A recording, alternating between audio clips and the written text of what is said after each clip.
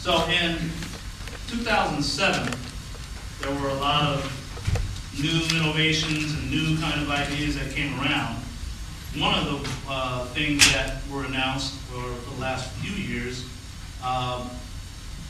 was broadband, or talked about was bandwidth and broadband. A very, very interesting kind of concept for all of us, because broadband, at the end of the day, is what is carrying all the content and concepts that we're talking about, even devices.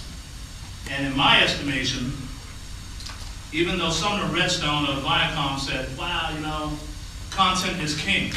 And Brian Roberts recently said, no, the consumer is king.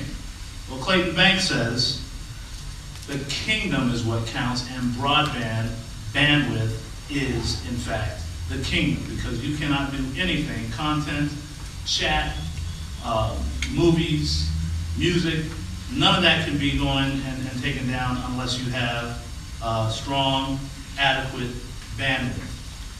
So as I talk about bandwidth, I also am reminded that in the 1800s, of course, railways expanded the economy and the commerce of our country.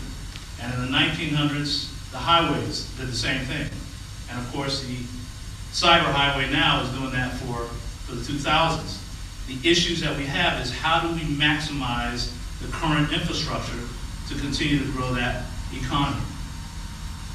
So I believe, and one of the predictions I'm making, is that the cities, the regions, the states are all going to look to write policy, to talk with the federal government about setting new goals to reach a standard speed, because we all want to make broadband a ubiquitous utility.